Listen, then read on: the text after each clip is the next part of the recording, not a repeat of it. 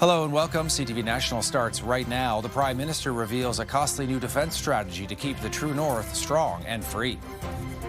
A new long-range, over-the-horizon military radar system. How the government plans to detect threats and defend the Arctic. I have 4 small children, and it's hard. Plus, economic concerns over a sudden spike in inflation and what it means for your wallet. It's the shutdown of a company. And the Bay's urgent plans to liquidate is still in legal limbo.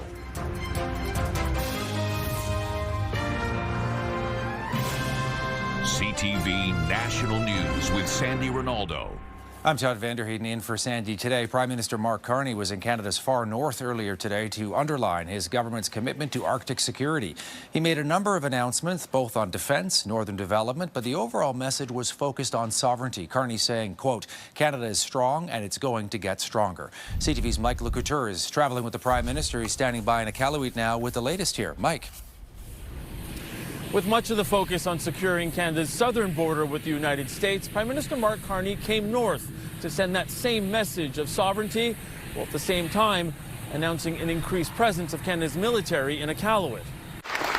Carney announced the allocation of $6 billion in a partnership with Australia for an over-the-horizon radar system that can provide early warning coverage from the Canada-U.S. border all the way up to the Arctic. Canadian officials who briefed reporters described the system as the most sophisticated available. It's able to detect hypersonic missiles, and this system could be in place by 2029. In the meantime, the Prime Minister says Canada does need to increase military spending. We will need to do more. We will do it deliberately. We will do it in a way that gets effective value for money. The Canadian government is also spending $253 million to upgrade power plants, accelerate housing, and to help complete the first phase of a hydroelectricity facility in Nunavut. Carney also announced an enhanced year-round presence of the Canadian Armed Forces in the Arctic. Right now, the military has year-round operations in Alert here in Nunavut, but there will be other locations that have yet to be determined. Speaking on background, officials told reporters the partnership with Australia shouldn't be seen as a slight to the Americans, as the U.S. military approves of the radar system. But it's unclear what the reaction will be from Donald Trump. Now, today's announcement was already part of a larger plan to modernize NORAD, so it won't move the needle on Canada's plan to hit its NATO targets. Mike Lecouture, CTV News, Iqaluit. All right, thanks very much, Mike. The Prime Minister was asked again today about the details of his blind trust following a heated exchange with reporters on Monday.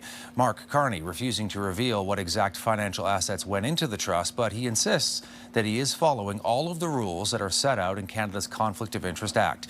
CTV's Rachel Aiello has more now from Ottawa on the questions following the new Prime Minister. They've been disposed. Prime Minister Mark Carney was pressed again today to proactively disclose details about the assets he has divested into a blind trust. What happens is that there's a discussion with the Ethics Commissioner for certain screens around certain issues, and that's a process that is underway. This after a testy back and forth with reporters on the topic yesterday. What potential conflicts of interest you sought to avoid? What possible conflict would you have, Stephanie? Stephanie, I'm complying with the rules. That was an exchange Conservatives pounced on today. The question is, why is he so defensive when he's asked? Canada's conflict of interest rules state the Prime Minister is not allowed to own controlled assets, such as stocks or bonds, whose value could directly or indirectly be affected by government decisions or policy. The rules require he divest by either selling or placing them in a blind trust. The Federal Ethics Commissioner's office confirms Carney has been in touch. In a statement, a spokesperson said Carney has 60 days to disclose to the Commissioner all his assets, liabilities, income, and outside activities, and that the office would also work with him on publishing a summary of his personal and financial information within 120 days. I'll speak to you after. But, as reporters have pressed him on, 120 days could very likely be after the federal election. Assets that are placed in a blind trust are known to the office holder until they are liquidated. So for whatever length of time that is, a blind trust is not really blind. Shedding some light on the Prime Minister's past holdings, Brookfield Asset Management's latest annual report shows that before he quit to launch his leadership bid, Carney held $6.8 million in stock options at his former firm. Today, he vowed to remove himself from any decisions related to that firm. Todd? CTV's Rachel Aiello in Ottawa. Thanks, Rachel.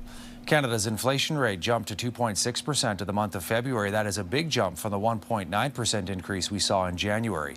The inflation spike came as the federal government's temporary GST tax break came to an end. Statistics Canada says without the government's tax holiday, inflation would have been 3%.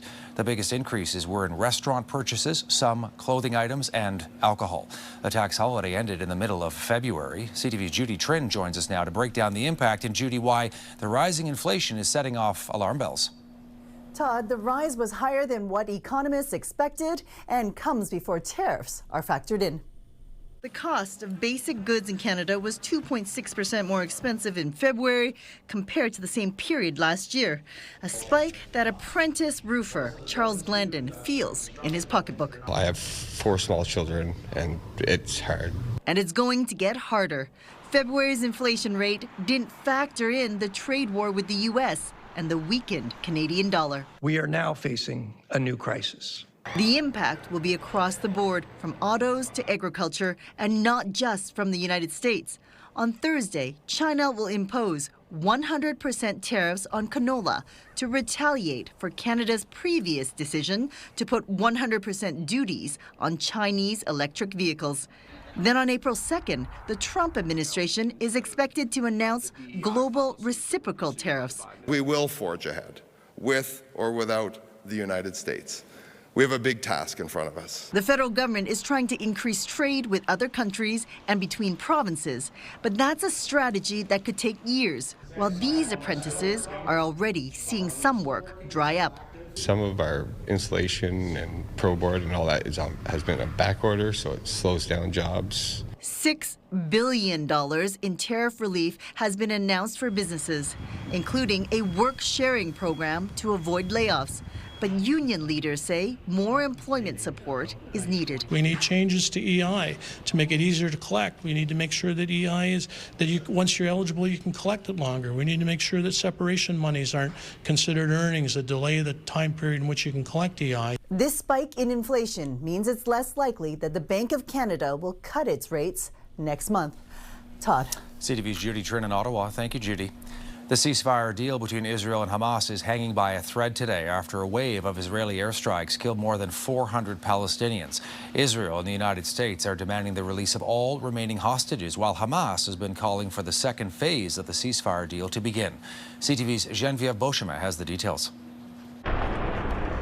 Drones and explosions shattered 6 weeks of relative calm in Gaza. Israeli strikes killed hundreds, according to local health authorities. Palestinians sheltering at a school say a bomb hit part of the complex where families were huddling. Some fear this shattered any hope for peace. People were sleeping peacefully, she says, and they woke up to death. The White House was consulted and voiced support for the strikes. Israel says it took aim at military targets and that the assault came after Hamas's repeated refusal to release the rest of the hostages.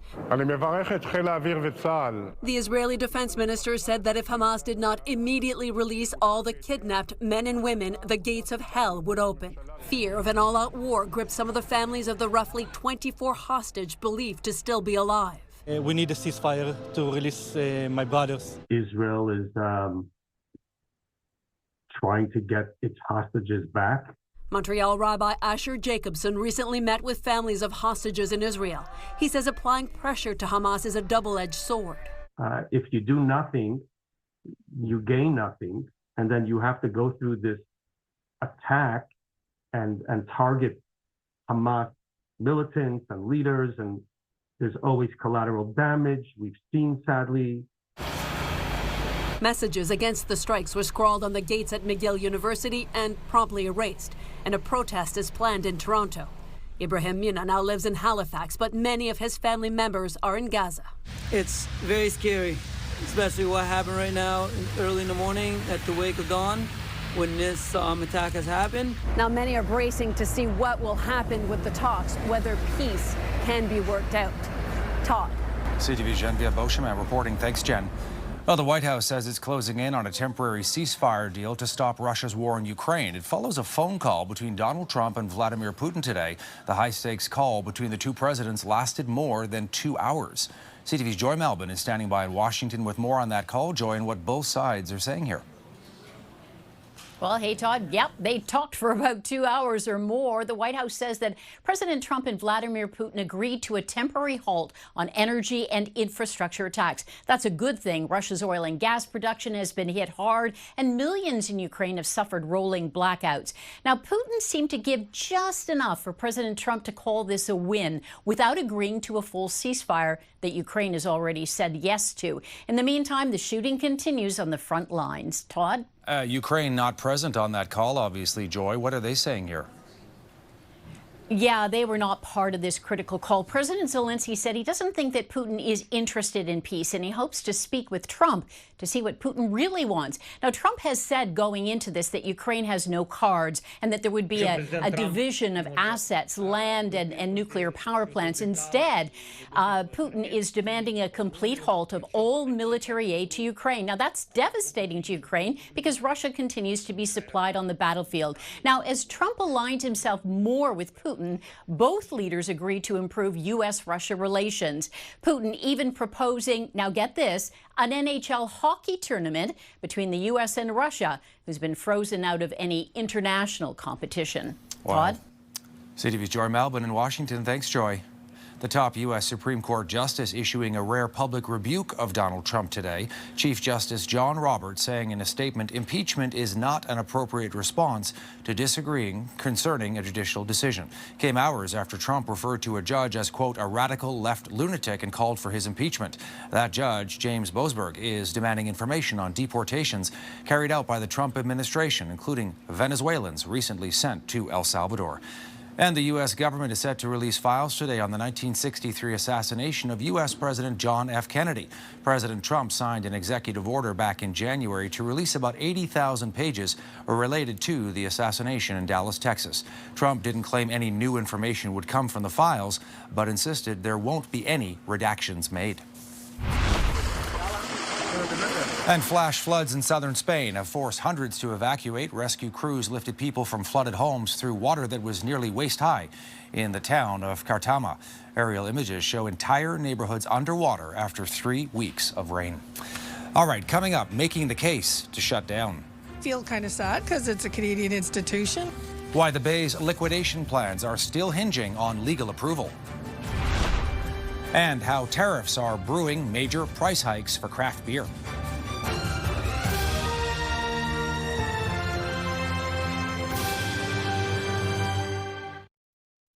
The fate of the Bay is up in the air. Canada's oldest retailer was due back in court today to present a judge with a plan. It is uncertain, though, whether any of the Bay's stores can actually survive. CTV's Heather Wright is live outside of the courthouse in Toronto. And Heather, we're just hearing from the judge in this case.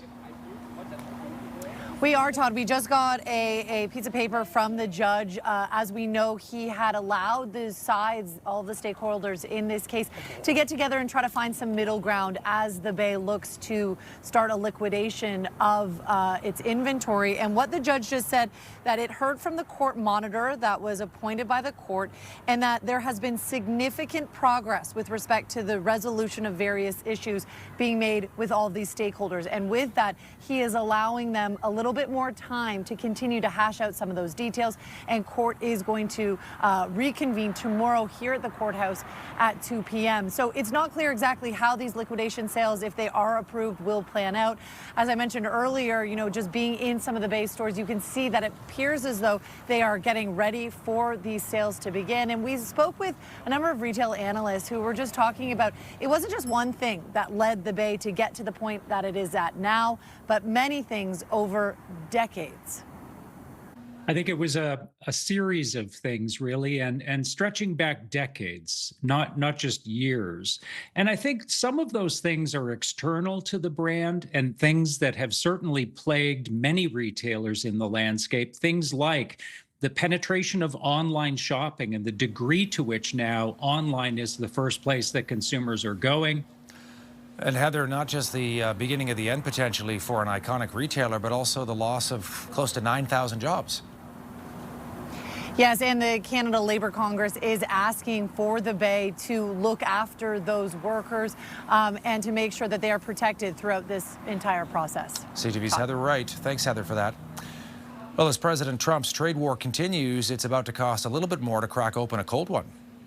Well, let's just fill up a smaller can. That requires a lot of new tooling, new machinery, new work. And, you know, we're willing to do it, but we want to wait and see exactly what's going to happen. For craft brewers like this one in Ontario, the price will jump by 10 cents for cans that are made south of the border. The Flying Monkey Brewery says there aren't any manufacturers in Ontario who can make the 473 milliliter cans they need. That means most craft beers will see a spike in costs. And the city of Ottawa is rolling out some heavy reinforcements to help patch potholes. After 37 freeze-thaw cycles this winter, Canada's capital has called in what are known as the Python pothole patchers. The two machines can repair a pothole in just 2 minutes, and the operator doesn't have to leave the cab. The two Pythons will work 12-hour shifts throughout the city. All right, still ahead, inside an alleged cult investigating the founders of a controversial matchmaking program. That's next.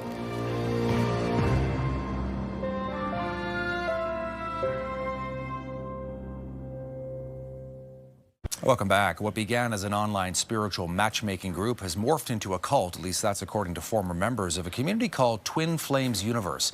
W5 is investigating allegations against the two founders, a Canadian woman named Shalia Devine and her husband Jeff Devine, who both have outrageous online personas. Watch this. Big scary Jeff and Shalia. Woo!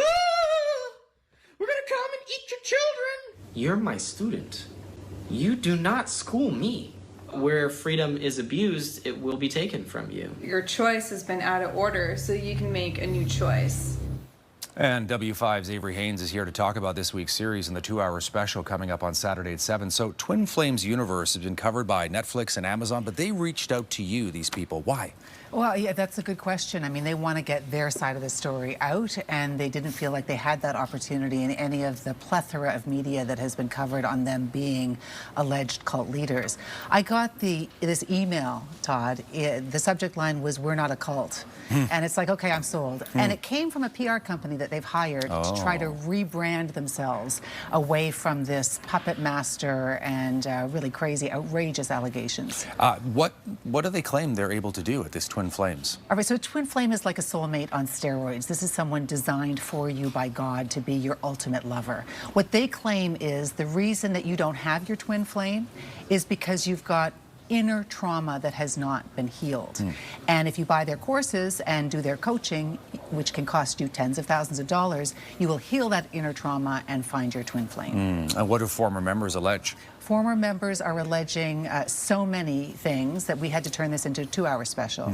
And among them, that they brainwash people, that there's coercive control, that they beat them down, strip them down through these therapy sessions. And the most outrageous allegation is that they have begun pairing up members within the community. And because their belief system is that a twin flame union can only be a divine masculine and a divine feminine, and that they only have mostly women in their group, that they have coerced more than a dozen of their followers to transition from female to male. Astonishing, really. Yeah. So what does this mean? This means that they are under all kinds of investigations, not just by the media, but also by the FBI, the IRS. There's some allegations of potential fraud, forced labor, and you know, it's not illegal to have a cult. It's not illegal to be a cult leader. Most often, these kinds of organizations or organizations that are cults are brought down by financial misdoings. And so we really investigate this in this 2-hour special. And all this week on CTV National News, we'll be bringing parts of that story to viewers. CTV's Avery Haynes here with W5. Thanks for this, Avery. Thank you. And a reminder, you can watch the 2-hour W5 special. Twin Flames Universe is coming up. It's called We're Not a Cult, Inside the Twin Flames Universe, coming up on March the 22nd on CTV at 7 o'clock. All right, we want to show you some pictures coming in from NASA. This is a return after being stranded for 9 months in space. 2 astronauts who were up at the International Space Station on what was supposed to be an 8-day mission ended up turning into 9 months. Talking about Sonny Williams and Butch Wilmore, and as you can see, they are back home. Their capsule just about to land off the coast of Florida. There was technical issues with their return flight, and as a result, they were up on the International Space Station for a long, long time, far longer than they thought. Let's listen in here. Away from splashing down. This is really such an incredible shot.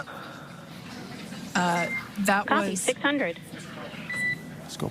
That was a live view from our recovery vessel, Megan, which is stationed a couple miles away from the splashdown site. We can see the crew there. All right, and as you can see, they had 2 other astronauts who were on a different mission, but all of them are about to splash down off the coast of Florida, and welcome home to them.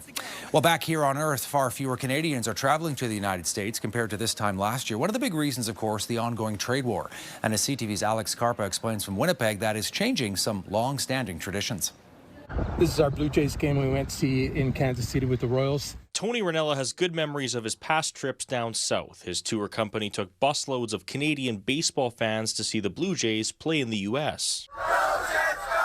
An annual pilgrimage that dates way back. 1989, so it's getting closer to almost 40 years. He was planning to take a tour group to see the Jays play in Minnesota this June, but due to rising political tensions, he canceled the trip. It saddens me that we've gotten to this point. Unless these tensions subside, I don't know how things are going to get better.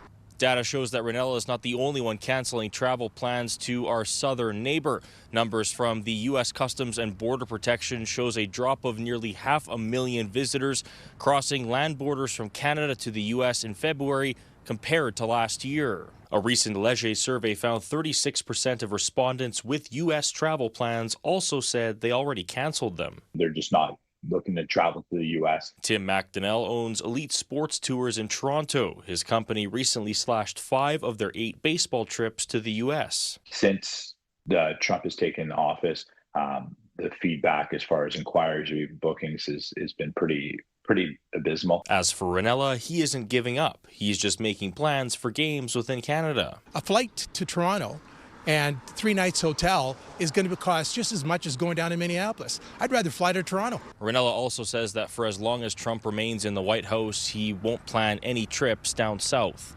Alex Carpa, CTV News, Winnipeg.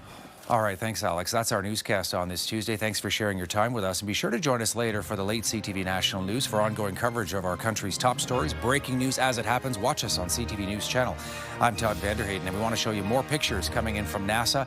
2 astronauts who were stranded up on the International Space Station for 9 months finally take a look, touching down off the coast of Florida, back home safe and sound after such an odyssey. Your local CTV News is coming up next.